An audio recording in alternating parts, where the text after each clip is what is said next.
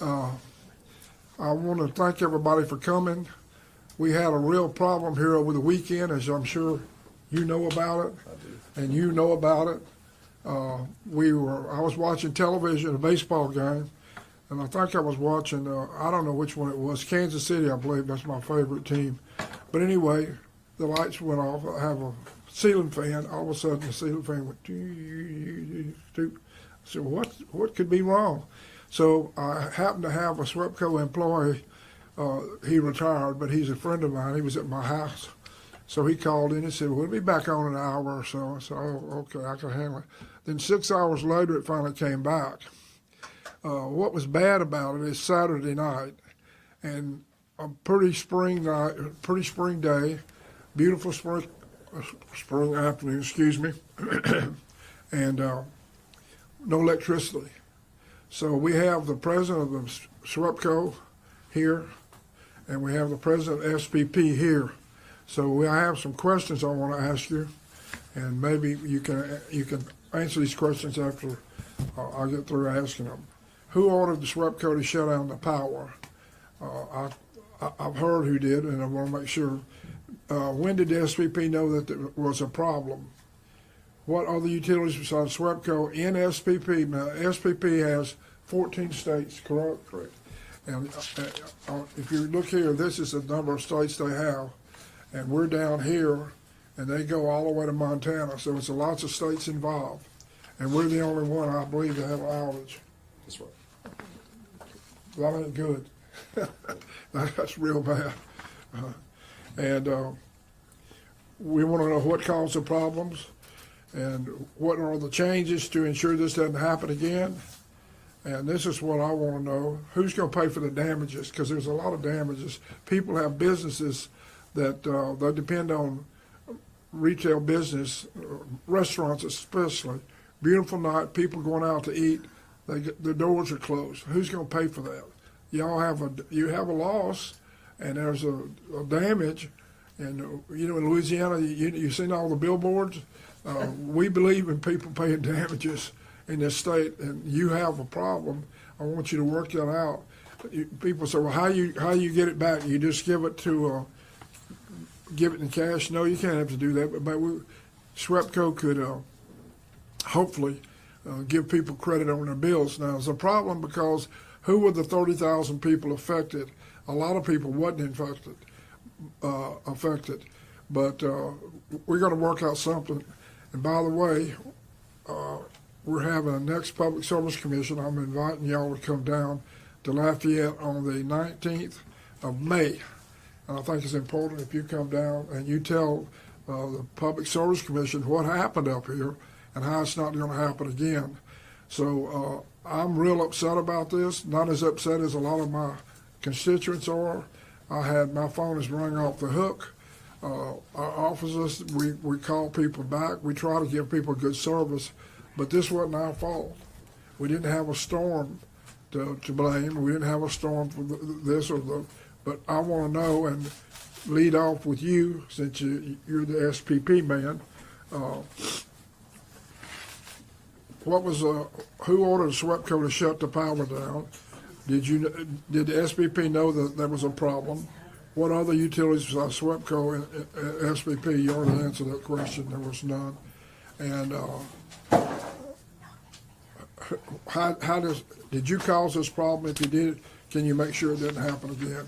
So we'll let this gentleman speak. Introduce yourself and tell us who you are and what you do. Okay. Well, Commissioner Campbell, I will answer every one of those questions. And if I don't directly answer those in my opening remarks, please circle back around and I will do my best to answer that question. And first of all, let me say, we appreciate you coming down here. You got to have some real strong politicians, because how did you get to be chairman of SPP and from a little state like Arkansas when you represent all the rest of this? I think Bill Clinton, maybe, he probably had something to do with that. I doubt it. I doubt that. Well, I'd like to give him a little credit because I like him. Okay, go ahead. No, I know. Can we get your name again, please? You betcha. Let me just go ahead and start. My name is Lanny Nickel. I'm the president and CEO of Southwest Power Pool. We're a not-for-profit grid operator tasked with ensuring grid reliability for a 14-state region, as Commissioner Campbell has already referenced. And this includes the SWEPCO service territory here in Northwest Louisiana. Joining me today are our Executive Vice President and Chief Operating Officer, he's somewhere in the back, Antoine Lucas, and our Executive Vice President of Stakeholder Affairs, Kevin Bryant. And by the way, Antoine Lucas is from Lake Providence, so we're glad, Yeah. we're glad to see some friendly faces. That's right. You might want to go back and look at the history of high school basketball in Louisiana. I think he might have led the state in scoring at one point. Really? But anyway, let me not bring that up and discuss that in more detail. Okay. But again, let me just say, I deeply regret the electricity outage on April 26th that impacted tens of thousands of people in this area. The event closely followed a similar outage in the same area earlier this month, and the three of us are here to give you our commitment that SPP will do everything in our power to improve and to keep the lights on in the future. Now, we've played a role in managing the reliability of our region, our 14-state region's power grid, for more than 80 years. And thankfully, these kinds of events are few and far between, generally speaking. Coincidentally, the conditions that developed twice in the last 30 days that led us to make the decisions that put you in the dark for several hours, those conditions were very different, and I'll talk a little bit more about those differences. Our primary driver in everything that we do is reliability, not profits or interest of any particular person, company, or group. We're a nonprofit organization. Interrupting your service was not a step that we took lightly. We appreciate that doing this affects people's lives and livelihoods, and it's a step that we only take when it's the last resort to minimize the risk of even worse outages that would be more widespread and much more impactful. In the case of both outages, there were clear and direct threats to the reliability of the region's power grid that originated in this area and had to be stopped before they worsened.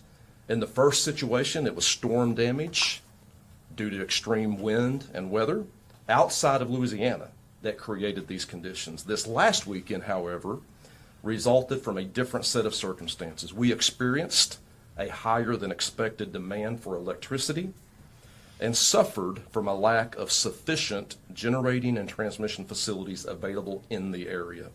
Some of the facilities that could have helped had already been approved by SPP to be taken out of service for maintenance. Those approvals were given months earlier, when our forecast at that time predicted milder temperatures and lower electricity use during this time of the year. We own the part that we played in the outages that you experienced. We take full accountability for the actions we took, and we understand your frustration. We're committed to working together with SWEPCO, the Louisiana Public Service Commission, your elected officials, and others in this area to consider all options that can mitigate the risk of events like this from reoccurring in the future.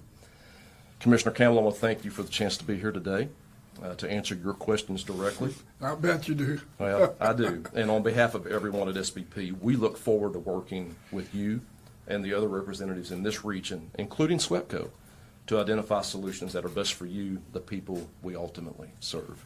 Thank you for coming. I was kidding. I know you. I have a little history with SPP.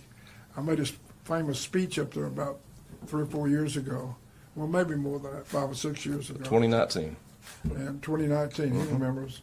Anyway, I was a little disturbed about some of the surroundings up there, which are very plush. But anyway, that's a story for another day. Mr. Madison, you have anything to say? Yeah, well, one thing I want to say is that SWEPCO, we focus on the customer 100% of the time. That's threaded in every decision we make. And I will tell you, we hate that we ever have to turn power off to anybody. There were 32,000 customers that were affected, and it was in what we call a load area where the voltage was such that we had to turn those loads off in that specific area. Some of them we were able to do what's called a rolling load shed, where they were only out a couple of hours, then we moved to another area. Some areas we weren't able to do that they, you know, heard Commissioner Campbell say that it lasted almost 6 hours for some. So the thing that I want people to realize is that that is a last resort that we ever do. But had we not done that, those 32,000 customers could have been 300,000 customers, because what would happen is, and not to get too technical, is your transmission system that can't support what's going on would start doing what's called cascading, and it would start shutting itself down, and then it would shut generators down, and it could have been a long time before you could ever get the system back up. So that's a last resort measure that we had to take, and it's unfortunate, but fortunately, we didn't have the grid, you know, burn into in certain places. So that's that measure that we took. Yeah, and, you know, I just add, the action that we took, while painful, was preemptive. It's a preemptive action we take to protect against the risk of a much longer, as you mentioned, prolonged and more extreme circumstance. Yeah. Y'all have heard me describe before. I remember being here in June of '23 when we had the Father's Day event. So I look at it like our human body. The heart, that's the generator. You got to have a generator to move the blood through your body. Same thing with the electrons in the electric system. And then your arteries, they're our transmission. They're carrying large volumes. And then what serves your homes and different things like that, that's called distribution. So if your generator's off, you don't have the electrons to flow through. And think about your house that you have breakers. If you have a small breaker and you're in a bathroom and a hairdryer's on and you plug in a curling iron or something else, it trips. If that breaker didn't trip, then you're going to burn that wire into, could burn your house down, etc. Same thing on our system. When we're told you need to take this load off, we're actually opening breakers in substations to take that power source off, to keep from burning that system down. So it's not something we take lightly. Let me ask you something. Did he tell you to cut it down, cut it off? You did it on yourself, or did this man tell you? Who you told him? Hold on. Yeah, so SPP, in fact, did direct SWEPCO to interrupt about 140 megawatts of load, 30,000 people. which ultimately impacted 30,000 people. Now, we talk in megawatts, unfortunately. That's how we talk. SWEPCO then took that instruction and executed the instruction to figure out who could be interrupted to meet the demand that we had. So in other words, we don't tell Brett or his people, here's who you need to shut off, here's how you need to do it. We just say, here's how much relief we need in order to improve the reliability in that area. And then SWEPCO performs the necessary actions to accomplish that. This is a big red map of going from Louisiana all the way up to Canada, if you will, North Dakota, Montana. It's a huge state. Yep. You got all these people, but you just decided to cut off 30,000 in Louisiana. That's hard to explain and hard to realize. Why couldn't you cut off some in Kansas, or why couldn't you cut off some in Texas? Or maybe you did a little bit in Texas, but why in Louisiana have to take 30,000 when you got this big red map here of all the states you represent? That's hard for me to try to explain that. So do your best. I'll do my best. So in this case, the situation that occurred and that materialized was what we refer to as a local area problem, meaning that the only way to relieve the situation was to interrupt service to a few customers in a certain area. In other words, it would have done absolutely no good to try to interrupt service somewhere else in the footprint. That's the result of the situation that materialized. We had a local problem that involved low voltages, and when low voltages begin to occur on the system, you're at danger of having a cascading event occur And like I said, the only way that we could relieve that situation was by interrupting service to a select area of customers, and ultimately, that's what SWEPCO had to implement. What's the problem coming? Wait a minute, just a second, now, you said you had low voltage, how come you had low voltage? Well, we had not enough generation on the system at the time.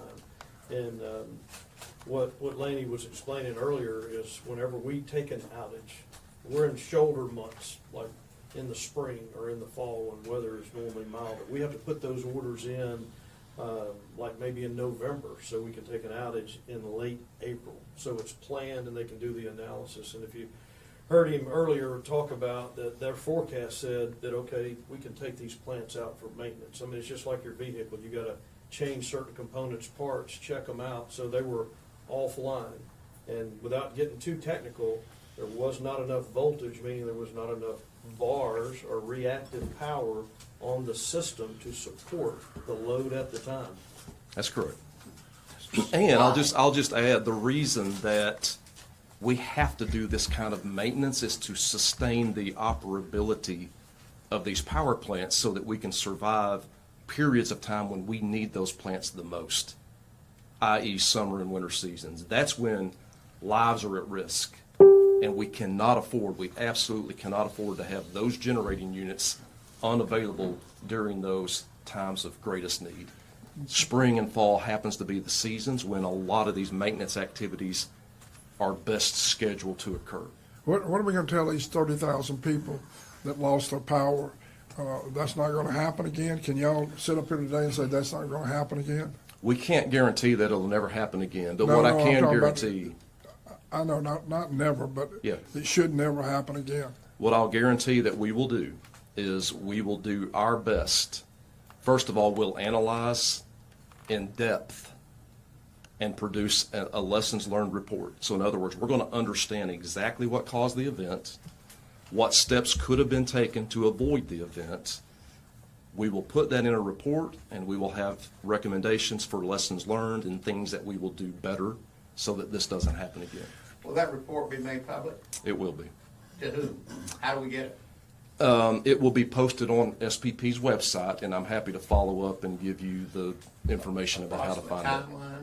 Approximate timeline? It usually takes about a month or two. There's a lot of data.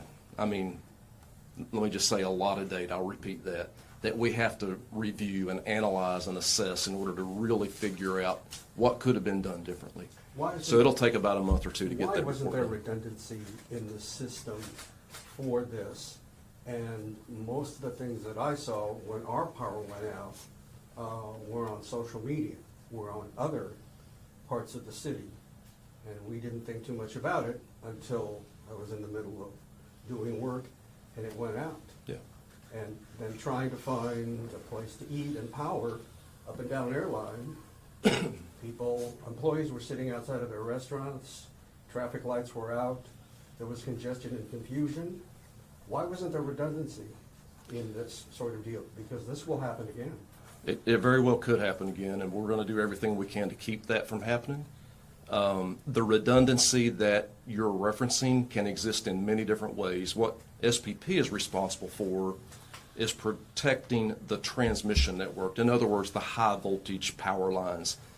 There's another form of redundancy that occurs on the distribution system. In this case, that didn't help because what we were experiencing was a lack of generation in the area. And because we didn't have enough generation in the area available to be called upon, voltage conditions began to decline. And so the redundancy that we need, in fact, we've talked about this a lot lately. We have a report, I would love for you all to see it and read it. It's called our Generational Challenge. It's posted on our website, www.spp.org. And what it talks about is the redundancy that we're missing and becoming increasingly missing. And that is we don't have enough generation. And this is not a Louisiana problem. It's not an Arkansas problem, not a Texas problem. It's a nationwide problem. The fact that generation resources are dwindling in availability is causing reliability issues all across the footprint. It's causing tighter margins, and that's what we have to The address. gentleman from SWEPCO, why wasn't the message put out on social media as quickly as possible that this was imminent and to prepare for something like this. It would come to my phone, it would come to other social media, come to my computer, but like myself and other businesses, this was a complete surprise and shock. Why wasn't there social media put out on this? Well, there's several ways that power can be interrupted. And this Well, was. that's not my question. My Yeah, question I'm was, gonna why try and wasn't it answer your communicated question. faster? There's three ways that power can be interrupted. One is you can have a storm, equipment failure, or we can have a load shed interruption. And what happened was, sometimes with a load shed event, SPP can look out and say, okay, in 3 hours, we need to take this amount of load offline. So at that point, we would give everybody a heads up to say, hey, look, in 3 hours, we're gonna have to take this block of power off. It's gonna affect you, it's gonna affect the port, wherever that may be. But in this situation, it was drop the load. It was immediate because the need was imminent at that time and we had to take action. So we didn't have the chance to say, hey, get ready, this is coming. Yeah, So and I'll take ownership of that as well. SPP realized this situation was developing too late. By the time we realized it, we were in close coordination with SWEPCO's Operations Center in Columbus, Ohio, and we were talking with them. We were actually both trying to make sure we understood the situation to be as severe as it turned out to be. And once we agreed that the situation was severe, we had no choice but to call SWEPCO and AEP and say, you have to get this done as soon as possible. We just unfortunately did not see it coming quick enough to be able to give advance warnings like you would have done. How did y'all not forecast the need for this extra power? We do forecast all the time, and the day-ahead forecast, which would have been ideal if we had seen it day ahead, we have much better chances of planning to have generation online and available to have prevented this. We were off by about 170 megawatts, that forecast. We thought, based on weather forecast, there was going to be rain coming into this area, and it turned out it went north. So that's why we missed the load forecast. We thought it was going to be cooler than it turned out to be. We also didn't have data correct in our models that we use to realize that the voltage situation was actually worse than we thought. So you did not factor in the maintenance issues with your estimate? We factored it in, and we thought that it was going to be okay, again, based on the expectation there would be rain in the area, which creates lower electric consumption. We thought we would be okay with those generators that were already offline, remaining offline. Do you? And it turned out we were wrong. When you say we thought, surely you don't operate your deal on we thought. I mean, we know that's what these people want to know. You say we thought and we made a mistake, so 30,000 people went out. You need to be saying we knew that was going to happen or something, because we thought. Thoughts can come and go. No, you're right. So, Mr. Nickel, I'm confused. You said earlier, I thought you said you make these forecasts in November to be able to take. But now you're saying, when you're saying that we thought there was gonna be rain, I mean, you wouldn't think you. No. No. No. So you Two make different closer things. forecasts? Yeah, we do. We do forecast months in advance. That's what we use to allow us to approve or deny maintenance outage requests that come from the utilities. We also do forecast weeks ahead, we do forecast day ahead, and we do forecast during the day.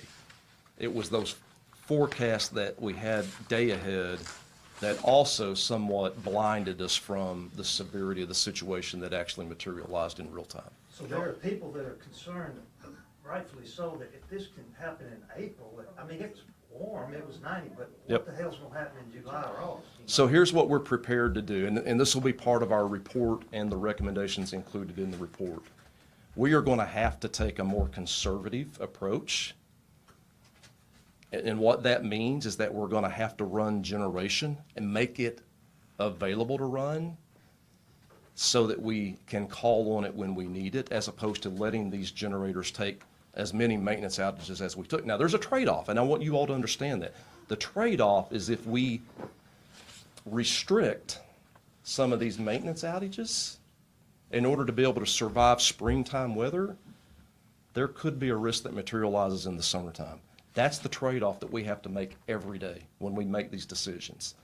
We're prepared to be more conservative, and that will mean that we run more generation every day. Even if it doesn't get used, it's available to be used.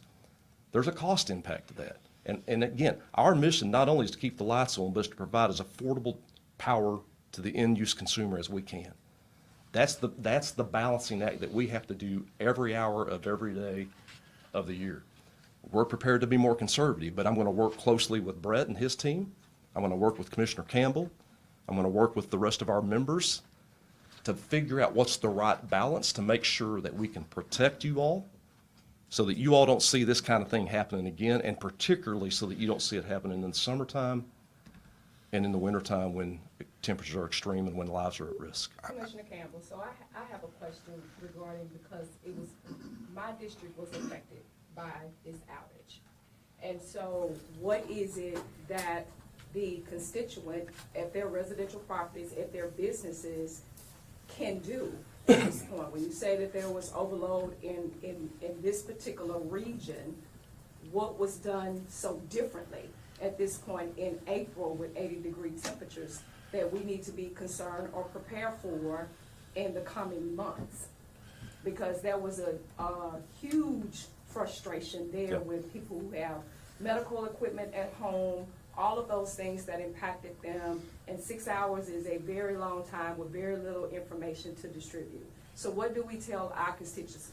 What do I tell my constituents? Because we're in the northern part of Shreveport. The southeast part of Shreveport was hit along with Bossier. Are those the target areas each time?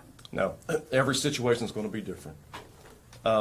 So that's why I can't guarantee that certain individuals will not see this again, because every situation is different. There are some situations that are totally outside of our control, much like the April 2nd event when we had extreme wind that took down infrastructure.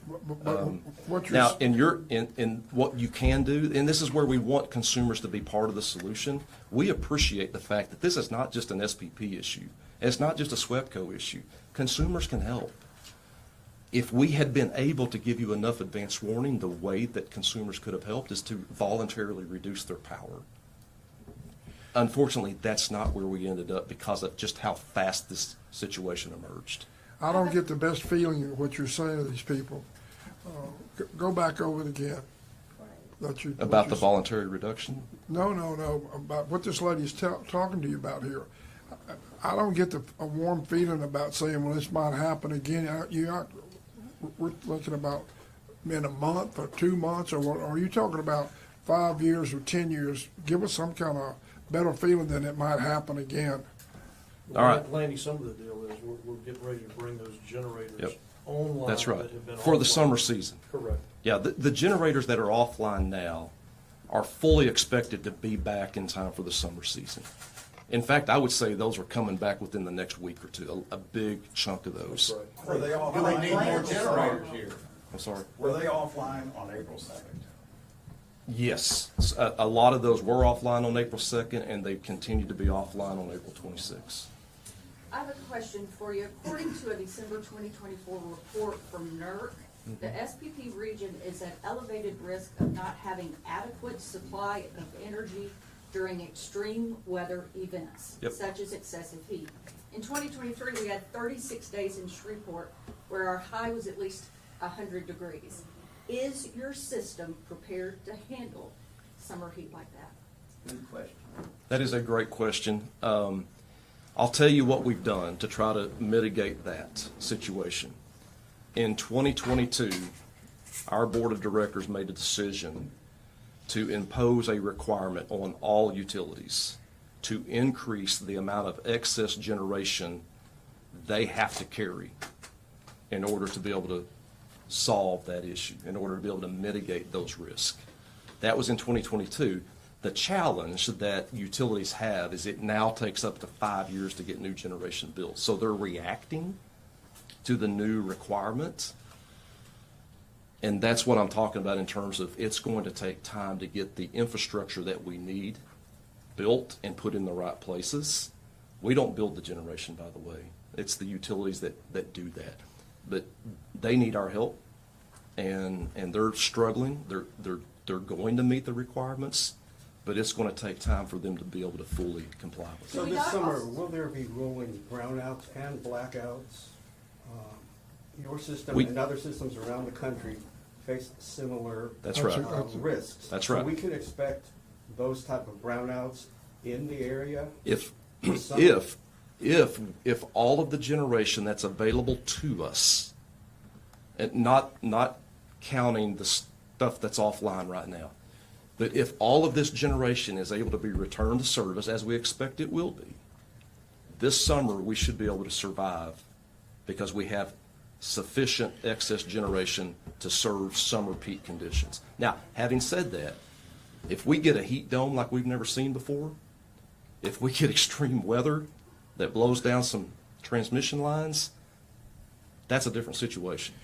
But we have enough today, if it's made available, if after it's maintained and it's ready to go and it performs like it's expected to, we'll be okay this summer. And I'll say this, some of what we're seeing right now is, no one said this or brought it up. There is a tremendous amount of generation that has been taken offline that will not be back online, that no longer exists. So a utility doesn't wake up in the morning and go, you know, today's a good day to retire a power plant. We don't do that. There's usually an environmental reason that we'll do it. CCR rules, ELG rules, coal combustion residual, the fluid limitation gas rules, and then there's the good neighbor rule. So if you look at that plant and you have to spend $500 million to keep an old plant running, on behalf of the customers, we can't spend that kind of money because customers can't afford that, and we know that. So if you go back just within a short time frame, Dolette Hills has been taken offline, Herky's been taken offline, and those two combined is about 1,100 megawatts, 1,100 megawatts that no longer exist. The good news is we made a filing, and we're going to replace Herky with a 450 megawatt combustion turbine gas units, 2 of them. That's in the works right now. We need more generation. That's just a fact. Not only at SWEPCO, but the footprint across the country needs more generation. It's part of the problem too that we're using renewable, and wind and solar are not reliable to the same degree our other sources have been that we are retiring. Well, Johnette, you bring up a good point that it complements, but it's not a dispatchable source. Yeah. It's an intermittent source. That's right. So how did you Well, decide which neighborhoods to take I don't agree to offline? that. If you don't like wind, you just don't like wind. We're in the oil and gas country, and they don't like wind, they don't like solar, but we just opened up a new plant up here with the help of SWEPCO. I got them to put 1,000 acres in solar, and it damn sure helps. I support solar, I support wind, and I know the oil companies don't support them. They want to like to sell it all, make sure that natural gas is sold. But we're in an oil and gas country. I understand that, but they don't run this country. I like wind and I like solar. And we bought some in SWEPCO, and I'm glad we did because it's clean. And most of the time, in the summertime, the sun is out. We don't usually have 3 weeks of rainy seasons in the summertime. So they knew very well what they were buying. It was a smart thing to do. They're delivering solar energy right down here right now and wind energy right now. And everybody that comes to Louisiana, y'all need to think about this.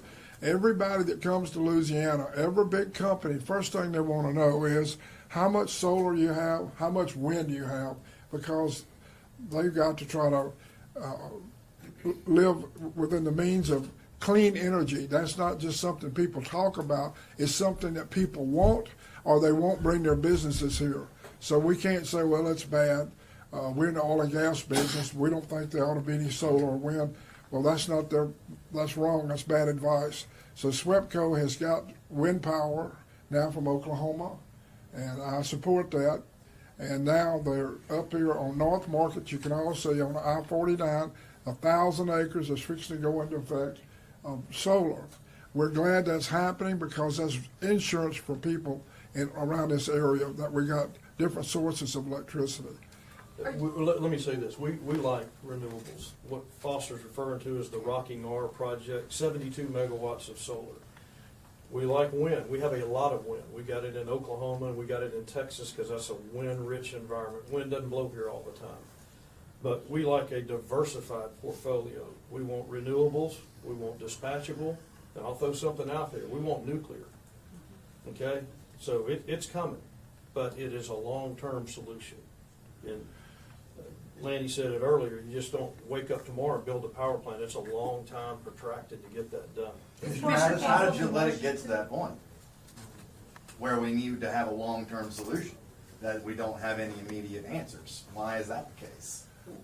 Well, if you heard me earlier, I said of the retirement, SWEPCO's retired about 2,500 megawatts of generation that's no longer on the system for environmental reasons that may cost billions of dollars to get in environmental compliance. The load that you would have to use on that environmental equipment to operate it robs from the generation, extremely expensive. So on behalf of the customers, it was more cost-benefit effective to retire those plants. And now we're going back to build new generation. In the midst of that, we've got hundreds of megawatts of wind and solar that we brought online. Mr. Madison? Can I add, I just want to add a little bit to Sure. that. I've been in this industry for 33 years. I have never seen it change at the rate it's changing now. I'm serious, I've never seen the rate of change that I've seen really over the last year or two, ever in my career. And if you read our generational challenge paper, it'll talk about how that rate of change, it's data centers, it's load growth. We never predicted load growth. And if we did predict load growth years ago, it was minimal.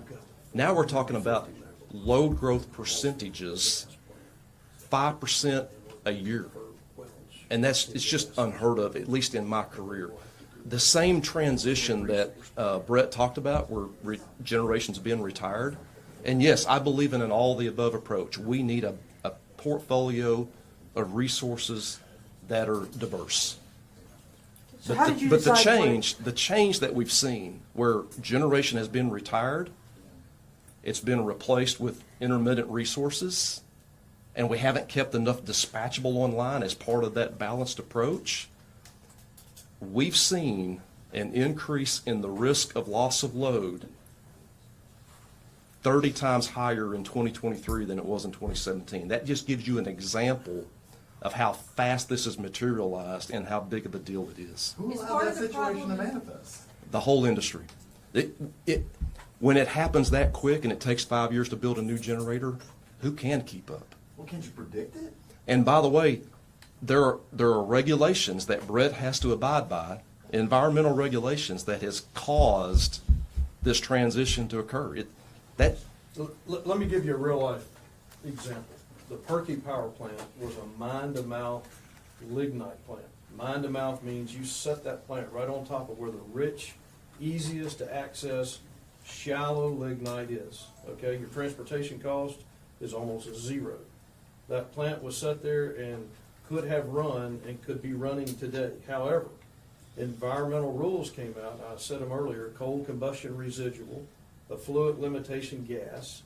Had we complied with those rules, it would have cost customers almost $1 billion extra to do that. And then it would have robbed the capacity coming out of that plant.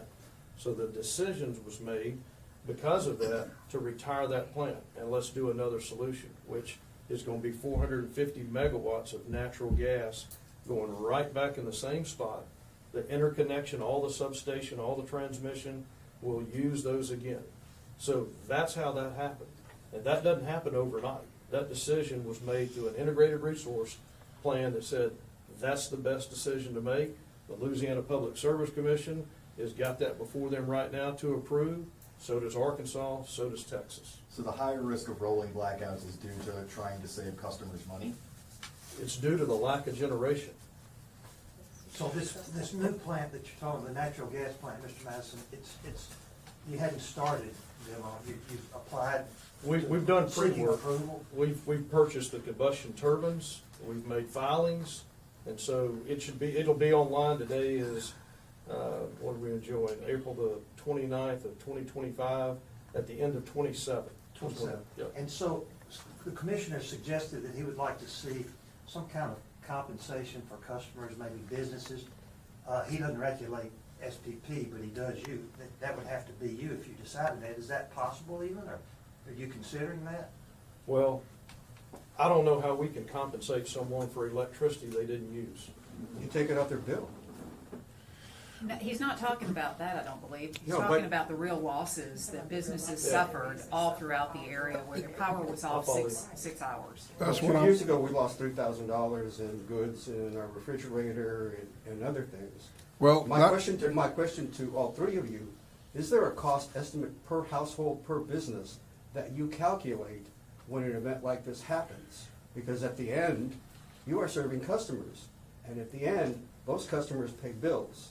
And each household has, and each city has an estimate of the mean income. Is there an estimate that you can rely on to give folks compensation, well, either credit or some other way? let me say this. I'm for that. I'm for reimbursing people that lost money. Now, first of all, I'm going to introduce that at the Public Service Commission, and let's see about how we can get together and how much money would be reasonable or fair. Some folks, I think all people are honest, but some people might see it as a good way to make a lot of money, but it's not going to be. We're going to work this out and come up with a solution. The people that were out of power, they ought to be compensated for it. They ought to be compensated for it. I don't think you charge them when the power's off. They don't get charged. But people who had businesses are charged because they lost revenue coming in. So there's some way we got to figure out how you give these people the money back that lost its revenues while the power was down. One thing I'm hearing in here, and I want you to clarify this, you too, we're not saying it's going to be rolling blackouts. No. That's not what he's saying. He wants to prevent that from happening. I do too, everybody does. So don't leave here saying that SPP said that be prepared for rolling blackouts. That's not what you said. It's not what I Unless said. it's really hot. I don't No, give a damn no, how hot no, it it's, is. again, we don't believe, and I gave you all the conditions, right? If all of the generation that is available in this area is performing as it's expected to perform, we don't expect rolling blackouts. There are any number of unusual circumstances that could cause that. That's outside of our control. It's outside of any of our control. But if everything performs the way it's expected to perform, we don't expect to see that. Well, you mentioned you've been in this 33 years. I've been in this business for 35 years. I've been around it my whole life. If you get the summers like we've had before, okay, where there's 60 days and it's averaging 101 degrees every day, you may get that would be generated from SPP what's called a conservation notice, which I believe the lady that was talking earlier about having some forewarning. We've put those into place before. Yeah. And we've got businesses like the boats, okay, the gambling boats. They can go to offshore power and have a generator supply their power needs, which reduces the amount of load needed. People can be conservative in their approach to electricity, and that can help it. But whenever you've got days where it's one after the other, where it can be 105, 106 degrees, that's a tremendous amount of load on the system, and you got to have everything working together and staying online. Yep. So I agree with Commissioner Campbell. We're not saying it's going to happen all summer long, but we also can't say it'll never ever happen again. I mean, that's some of the issues that we're dealing with right now. I don't like the way y'all are putting that, though. You're going to let these people leave here today, and if I was a news reporter, I would say that SWEPCO says there might be rolling blackouts. No, so what you're saying. I know, but make it clear. You Well, you have everything covered. You have the electricity you need. Is that right? Correct. All right. Well, make sure you do, But it's because possible. I'm not interested in any rolling brownouts. You'll know what's happening. You know about Louisiana. You know it's hot down here. So whatever you have to do to make sure that we have electricity, do it. What is it, Greg? No, I just said, I understand that you don't expect it, but it's possible. I mean, you both said if you had. Last summer was pretty cool, the summer before we had a heat dome. Well, It's 2025, we have heat domes, y'all are a monopoly, and the only place that generates power that keeps people alive. And Noah's saying that we are expected to have above average heat. And the way the weather has been trending, more severe storms are in the forecast for this spring. We are at the bottom of the tornado alley. But still, with the amount of wind, with the amount of heat, and the unexpected storms that we had, you know, I know you coordinated with SPC and the weather service here. Would that give you extra time, an hour or two? Well, and actually Brett brought up a good point. A lot of our awareness of these developing situations are accurately predicted and forecasted, and we do issue alerts. In fact, you can see that on our website. You can sign up to get notices through our apps, and we do predict, and we will warn of these impending situations, and so that you all can be part of the solution. And we very much appreciate that when you are. When you reduce your consumption in order to help out, that goes a long way. Let me draw you back to Winter Storm Uri. I remember that event. I was at SPP when that happened. That's an event I never want to see again. Trust me. I stayed up in my bed pretty much all night the first night we had to interrupt customers. I don't want to see that ever again. Now the good news, if I can leave you with possibly some good news, we served about 10% less load during Winter Storm Uri of 2021 than we served in February of this year. We were able to reliably serve 10% more load in February of this year without any problems at all. So improvements are being made. They have been made.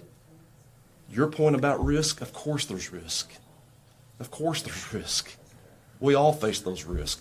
But we're getting better, and we're going to continue to get better. And my promise is, well, I'm going to do everything I can. I've only been CEO for 29 days. It was a great first 29 days. Having said that, and I'm being facetious about that, having said that, I will assure you we're going to do everything we can to keep this from happening. I want to ask you about data centers. You had Yeah, where mentioned they gonna get earlier. power for those? Well, a good let me question. finish my question, just please. The data centers, you mentioned that when you were making your load anticipations, you had not even thought about the possibility About of 3 data years centers. ago. They're relatively new. They suck power like nobody's business. So are you going to be able to, are data centers, number one, if there's a load problem that you have in an area, do data centers get priority? Are they going to get power when other people might not get power? And number two, can you say no to data centers if you don't have the power for them? Can I take a stab at that? You betcha. Okay, so let's look at Rayville, Louisiana. Okay. Hold on. Foster's gonna answer. What Foster's gonna tell you is that I like data centers, but I like people better. And I'm gonna serve the people first.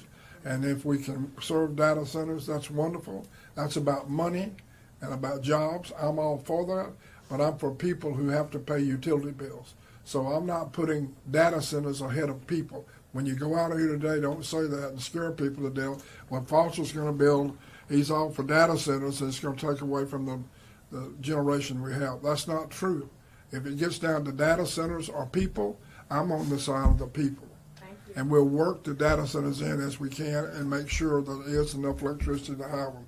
I can't be clear about that. So if you have a decision and somebody's really pushing on you, we have these data centers, well, the hell with that. We have people that we worried about first, and then data centers can come second. Do data centers have What- contracts that What I allow was them gonna say, priority? Liz, if I could, is let's put data centers in a category of their own, because That's a good idea. they come up and they say, I've been doing this a long time, economic development, Bentler Steel, they're about 70 megawatts, okay? You got data centers that are asking for 700 megawatts. That generation currently does not exist. And when I say put them in a category of their own, the way that they did the Meta deal with Entergy is Meta is going to pay for 2 500 megawatt combined cycle gas units to serve their load. not gonna affect any other customers. And so contractually, they've got things that are set up to protect the customers of other areas, but that's going straight to them, if you will.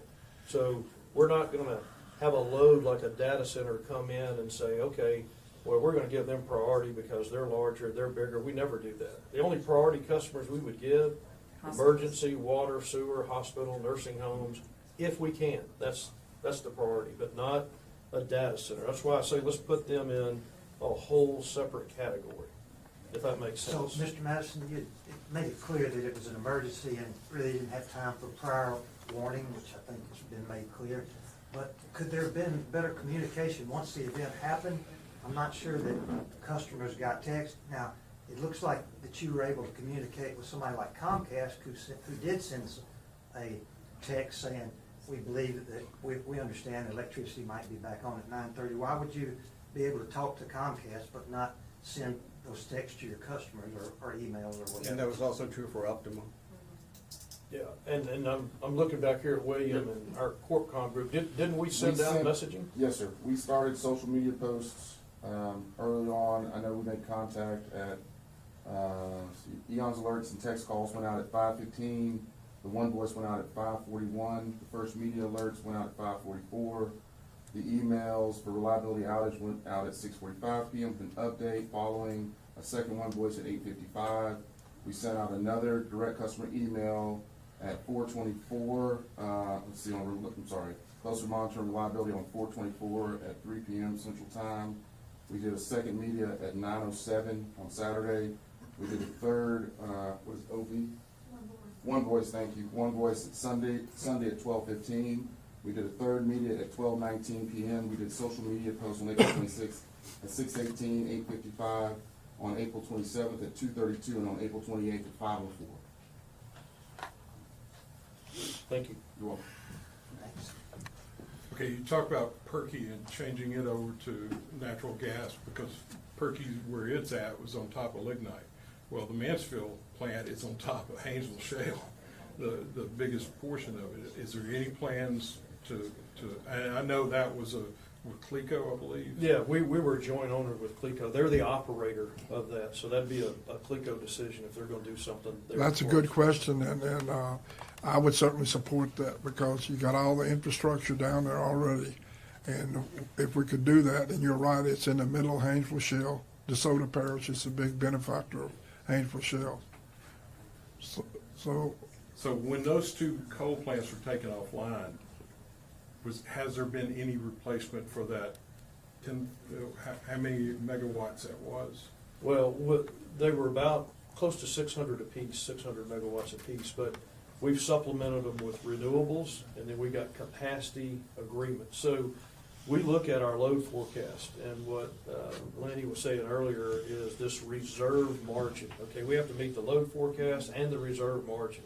That's what's on us to do. So we have to figure out how are we going to do that. So we may not have the generation natively on our system, but we have to purchase that through a capacity purchase agreement to ensure that we get to that level of generation that we need. Hey, Brett, I also Hey. want to say to the crowd, if you can relay, the only way we can communicate is if we have your email. So please visit our website, sign up for online notifications so that we can send you, and also like us on Facebook, social media. We send out more real-time event notifications on social media and email than any other platform. We do have direct-to-you phone calls, but if we don't have your number or your email, it's difficult for us to reach out to you. So please make sure to do that. Please remember that everybody doesn't have a computer. There's still people without computers, and some people don't know how to use them. That's beside the point. But anyway, there's a lot of people who don't have computers, so we need to make sure the people who don't have them, you can communicate with them somewhere. Radio, we have to, no electricity, you don't have radios either. You fellows, y'all got to do a better job. That's all it is to it. Is it taking longer to bring these new sources online than it should? Do you have permitting delays, things like that?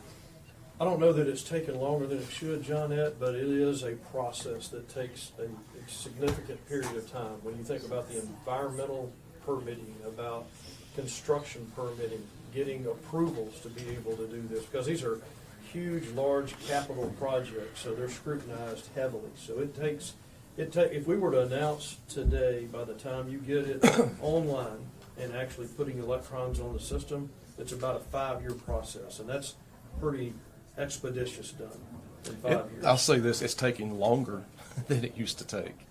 And a lot of that's because of supply chain. Trying to buy a turbine from a manufacturer today takes 5 years, and it used to take 2 to 3. And I'll say this, you could say roll the dice, took a risk. We bought turbines 18 months ago to be prepared for the approval of our new generating facility. Because if not, thank goodness we did.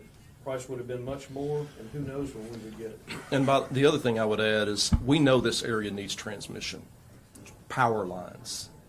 That's not always something customers want to see, but we know they need it. We know they need more ability to import energy from outside the system into this area. We have a planning process. It's a region-wide planning process. I expect there will be recommended projects that will help. It takes even longer to get transmission built than it takes generation. So that's another challenge we have. We're working on solutions. We can't get those solutions fast enough as far as I'm concerned. And in the meantime, we'll use the tools that we have to manage the resources we have, and we'll do our best to make sure that we don't see this kind of thing again. Why did Bossier Parish take the brunt of the outages for both of those April occurrences? That's where the voltage issue was the worst. And I was included in that. I didn't have any power either, just FYI. You can't distribute it regionally? But you have to go where that voltage is the biggest problem. That's where you have to go to do that. And both times it was Bossier. Yes, that's correct. Why is that? Well, I think what Laney was just talking about, we need more transmission sources in that area. Hey, let me say this. We started at 10, it's 11. I appreciate y'all coming. Understand one thing, I've told you this 100 times, and I think you probably realize it. I'm not pointing my finger at you. I don't work for him, and I don't work for him. I grade their papers. I don't like what, you got an F Friday, not Saturday. a F plus, you got an F, y'all got an F. People are out of electricity for whatever reason. I don't want to have this conference again. I had a little Dutch uncle talk with these boys about 5 years ago. They still remember it. I want to see people in the utility business living economically. You tell people to be conservative. You be conservative too, by the way, and you be conservative. So don't spend money that you don't have to.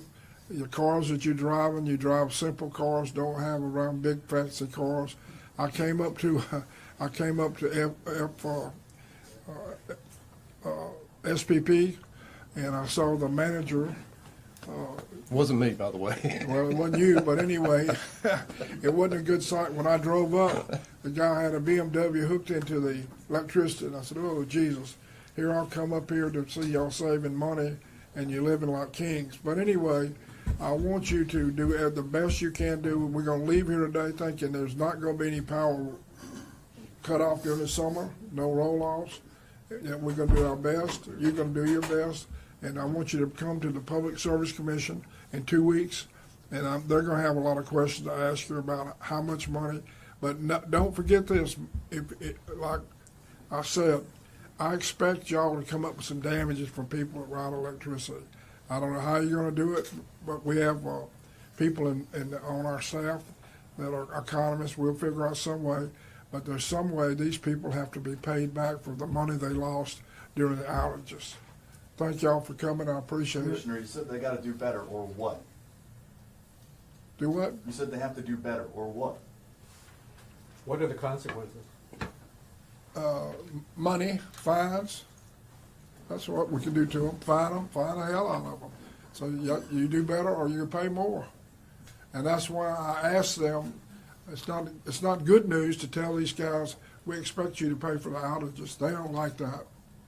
So I'm not just kidding. I think the people that lost electricity, if they lost money, show us how you did that. We'll try to get your money back to you. Because businesses are having, as we know in northwest Louisiana, it's not exactly booming. And some of these restaurants are depending on big Saturday nights to make it through the month. And the port shut down, and I don't know all the businesses that shut down, but we're gonna know.